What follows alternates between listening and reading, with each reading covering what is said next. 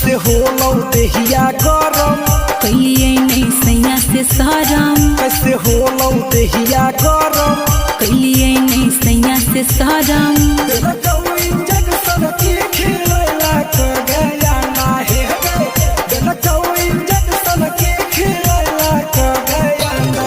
अरे रोज रोज सैया के इहे हकै धंधा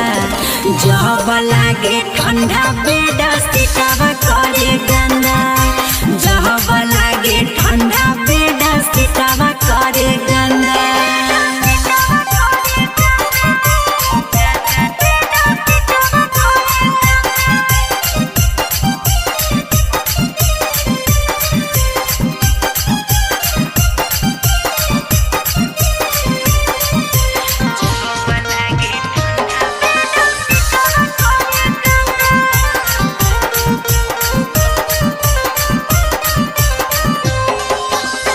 पहिले पटैला कोके पहिले चोटियाला कगे पहिले गरम दूध ये कहली तरा घोटैल कैरे हेगे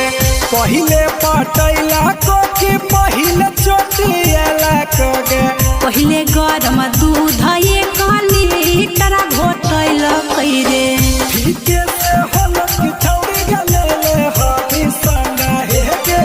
ठीके से होल कि तेल लगले हमी संगा अरे रोज रोज सैया के इहे हकै धंधा जब लागे ठंडा बेड सिटावा करे गंदा जब लागे ठंडा बेड सिटावा करे गंदा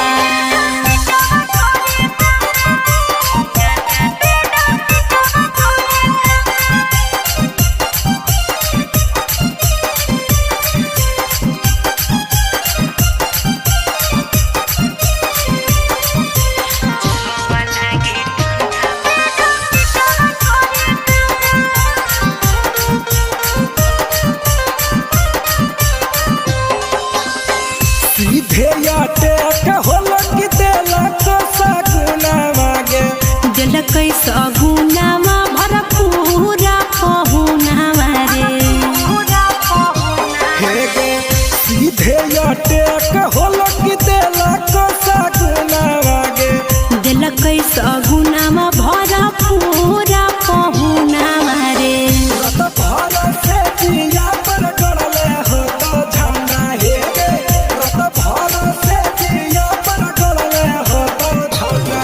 अरे रोज रोज सैया के इहे हकै धंधा जब लागे ठंडा बेड सिटावा करे गंदा